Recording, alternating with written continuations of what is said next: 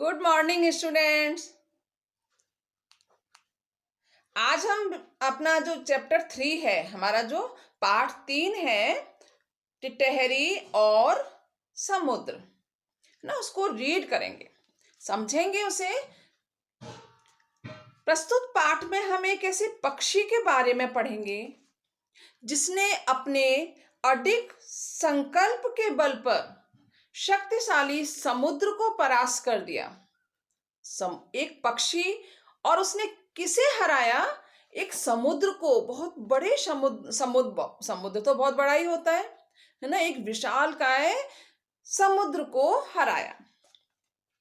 इस प्रकार उसने साबित कर दिखाया कि हम यदि मन में कुछ करने की ठान लें तो मुश्किलों से पार पा सकते हैं, है ना। जब एक पक्षी होकर उसने समुद्र को हरा दिया तो क्या नहीं कर सकते। आइए हम पढ़ते हैं अपना पाठ 3, टिटहरी और समुद्र। समुद्र के तट पर टिटहरी का एक जोड़ा रहता था। टिटहरी एक पक्षी का नाम है ना। और तट माने क्या होता है? समुद्र के किनारे पर एक टिटहरी का जोड़ा रहता था। टिटहरी ने वहां अंडे दिए। एक बार समुद्र ने विकराल रूप धारण कर लिया। विकराल माने क्या होता है? डरावना, यानी भयानक रूप। समुद्र ने भयानक रूप धारण कर लिया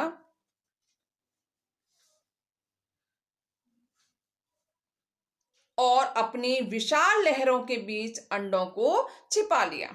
और उसकी जो बड़ी बड़ी लहरें थीं उसके बीच अंडों को छिपा लिया। टिटहरी कई दिनों तक अपने अंडों की खोज करती रही। उसे समझ में आ गया कि हो ना हो यह करतूत समुद्र की ही है। समुद्र के किनारे था तो टिटहरी ने को समझ आ गया कि हो ना हो कि ये जो करतूत है ये किसकी है? समुद्र की है। समुद्र ने ही ऐसा किया होगा, मेरे अंडों को छुपा लिया होगा। उसने समुद्र से बार बार अपने अंडों को वापस करने के लिए प्रार्थना की, लेकिन समुद्र द्रवित ना हुआ। द्रवित माने क्या होता है? पिघला। समुद्र नहीं पिघला, है ना। उसको दया नहीं आई। उसने बार बार उससे अपने अंडे वापस लेने की प्रार्थना की, लेकिन समुद्र को दया नहीं आई। टिटहरी ने निश्चय किया कि वह समुद्र को रेत से पाटकर सुखा देगी। टिटहरी ने क्या निश्चय किया? कि वह समुद्र को रेत से पाटकर सुखा देगी। अगर कोई पक्षी इस तरह की बातें करता है तो हो सकता है क्या? नहीं हो सकता। चिड़िया कितनी रेत ले आएगी? उसकी चोंच में थोड़ी सी रेत आएगी और उससे क्या वो समुद्र को सुखा सकती है? नहीं सुखा सकती। वह लगातार अपनी चोंच में रेत के कण भर भर कर समुद्र में डालने लगी। उसने क्या किया कि अपनी चोंच में रेत भरकर ले आती और समुद्र में डालती जाती। और यह कार्य नित्य करने लगी। वह रोज यह कार्य करने लगी। वो रेत लेके आती और समुद्र में डालती जाती। समुद्र ने टिटहरी का मजाक उड़ाते हुए उससे कहा, सुनो, तुम्हारा यह प्रयास व्यर्थ है। तुम्हारी ये कोशिश बेकार है।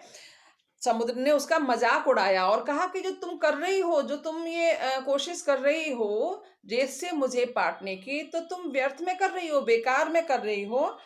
हम इतने शक्तिशाली और विशाल हैं कि हमें इस संसार में कोई भी नहीं सुखा सकता।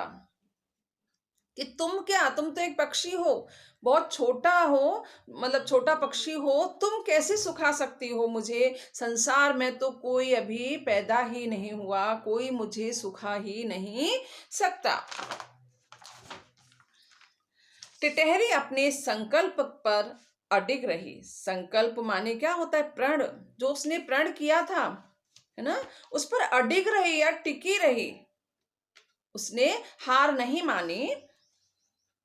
उसने समुद्र से कहा, मैं अपने अंडों को पाने के लिए निरंतर प्रयास करती रहूंगी। उसने क्या कहा? लगातार मैं अपने अंडों को पाने के लिए लगातार, निरंतर माने लगातार प्रयास करती रहूंगी।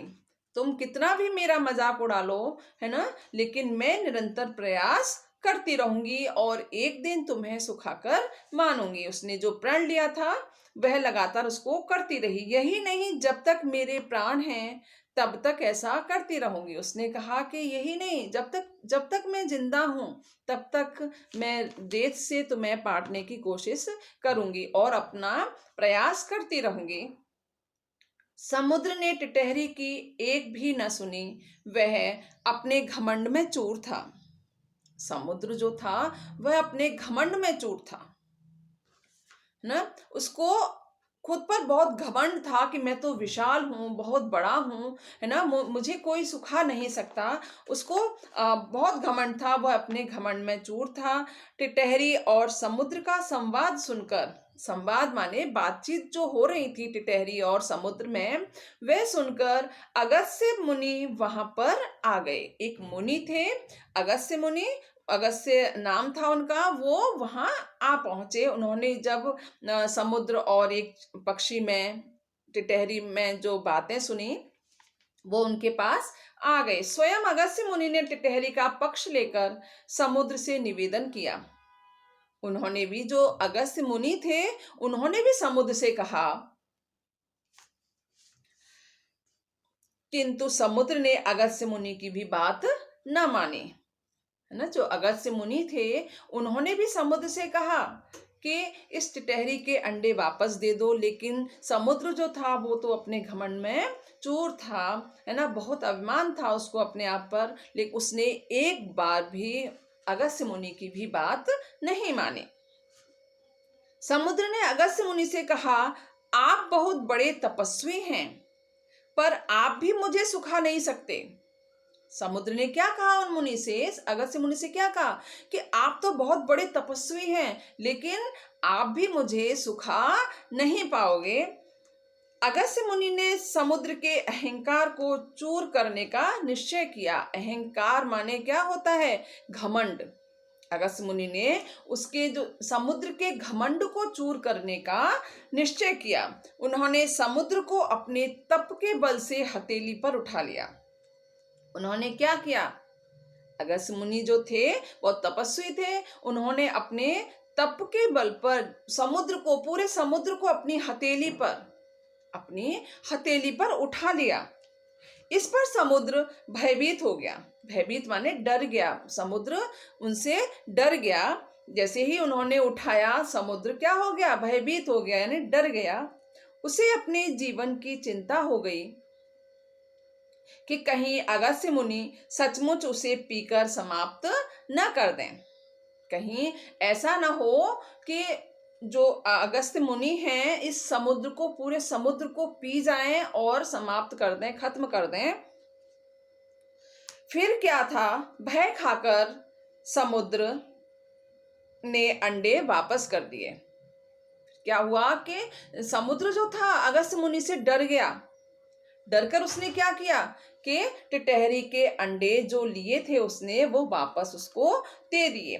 दयालु मुनि ने समुद्र को मुक्त कर दिया, समुद्र को आजाद कर दिया। जो मुनि थे, अगस्त्य मुनि जो थे, है ना, उन्होंने क्या किया, समुद्र को आजाद कर दिया और उससे कहा, क्या कहा उन्होंने, कभी किसी कमजोर को सताना नहीं चाहिए।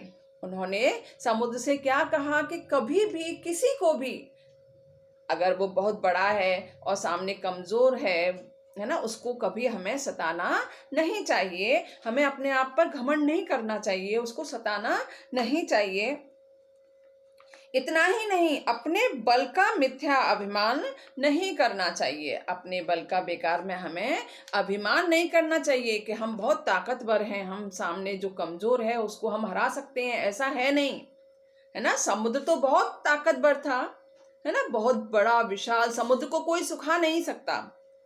लेकिन जो एक टिटहरी पक्षी जो होता है, उसने समुद्र को, है ना, समुद्र उससे हार मान गया।